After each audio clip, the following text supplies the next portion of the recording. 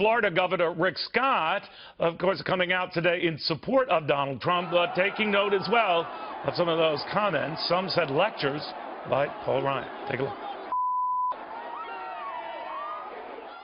Nobody should say such things, in my opinion, because to even address or hint to violence is unacceptable. Do you think, then, the way Donald Trump has talked about the risk of violence, he has never, you're quite right, recommended or endorsed or espoused violence at events, but that he hints of it, and that these guys are saying, you've got to police that kind of language. Do you agree? In my races, I've had protesters, I've had hecklers. Everybody deals with it differently. Donald deals with it differently than I probably would deal with it. So you don't agree with the way Donald deals with it? I mean, he deals with it. Everybody deals with it differently, and every event's a little bit different, Neil. I mean, they're never the same. But what my point is, the voters have spoken. They are picking him. We need to listen to the voters. And now we need to coalesce so we get a new president. What if in future states come? Do you think what you've risked here is those who vote in future states? Because Ted Cruz has a mathematical route to get this. It's very tough. You're quite right in the case of Kasich. But you're ruling it out when that was the one thing you had argued before the Florida primary you didn't want to do. But now you are ruling it out for them because he looks inevitable. I could play the math and say, well, he might be, but he's a long way from being there. He's either going to have a majority or he's going to be pretty close. Think about it. This is election time where the citizens don't trust the politicians.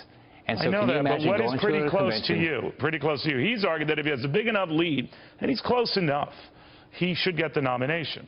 There are these little rules that say half the available delegates plus one, which is 1,237. If he's at 1,100, is Governor Rick Scott of Florida saying it's his nomination? He's going to be so. I mean, the odds are he's going to be so far ahead that if the party leaders decide to go a different direction, then they're going to lose the support. Well, no, but if he gets to the first ballot, Governor, and he doesn't have 1,237, yes, he might have a lead, but he didn't get it on the first ballot, right? So no one's taking anything from it. I believe it'd be a mistake, Neil. I think it'd be a big mistake when you look at the voters that are coming in to vote for Donald Trump, that are active now in the Republican Party, that weren't active before.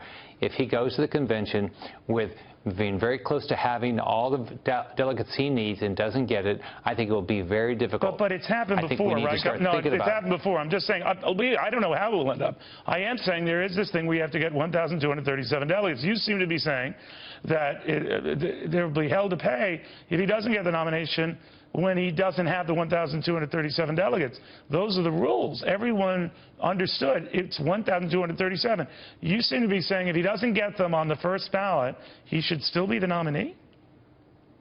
I think that if he's where we all believe he's going to be, and if we don't coalesce behind him, then we're going to have a very difficult time winning in November. I'm sorry, sir, that's not what I asked. That's not what I asked. If he doesn't get the 1,237 on the first ballot, he is not the nominee. Technically, he's not. Now, he might get it on a second ballot. Oh, absolutely. He might get it on third ballot. Go ahead. Yeah, I agree with you. I would hope that he has the 50%, but if he's close, he needs to be our nominee because we've got to start coalescing this party. And but close is no cigar. Governor, this is an important distinction. I'm worried because I just wanted to be fair to everybody, as I'm sure you do. There have been many candidates who've entered a convention with delegate leads. Lyndon Johnson had far more delegates committed to him than John F. Kennedy. Even with John F. Kennedy's winning so many primaries, that was the case where party bosses kind of dominated the scene. Now, we all know what happened then. All I'm saying is, are you shifting the rules a bit that if Donald Trump has a big enough lead, but not quite the majority, it should still be given to him? Shouldn't we go through the motions of ballots and see if he gets a 1,237, great, he's off to the races? Are you saying that's not the case?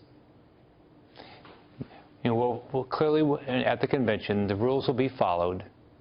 My belief is if he's close to the 50%, clearly if he's there, it's fine. But if he's close to the 50% and he doesn't get the nomination, we'll have a very difficult time winning in November. That's why I believe we ought to coalesce behind him now. So why do we have ballots at all? Governor, why do we have ballots at all then? Close is not a done deal. You seem to be advocating that he's close and he doesn't get it. That's not fair. Well, if he's close and he doesn't get it, that's the way the cookie crumbles, right?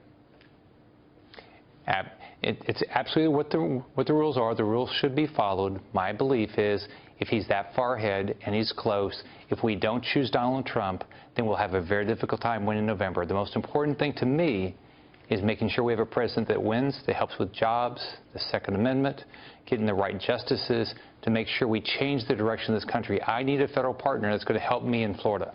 All right, real quickly, and you've been very patient. That would be like saying your opponent, when he was ahead in the polls by 10 points with only weeks to go to the election, give it to him because he had a big lead. If we had stopped it there, we'd have a very different governor of Florida. We didn't do that. There was a process called Election Day. There's a process at the convention called a first ballot, then if necessary a second ballot, then if necessary a third, and on and on. By that token, Abraham Lincoln in 1860 would have never gotten a chance to be president because another guy had a bigger lead in delegates. Abraham Lincoln had a follow-up lead in future ballots. Abraham Lincoln, by governor, you're saying would never happen. Well, it's totally different to having polls than having votes.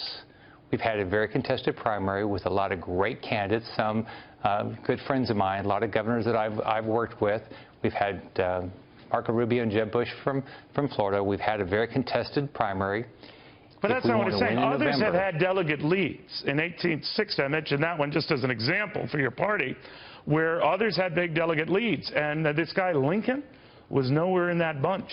And then they all kind of eventually settled on him as a consensus figure. Now, I'm not saying that's going to happen, but what stopped the guy who led from happening is he didn't get to the required delegates. There's a reason why they required half the convention delegates plus one.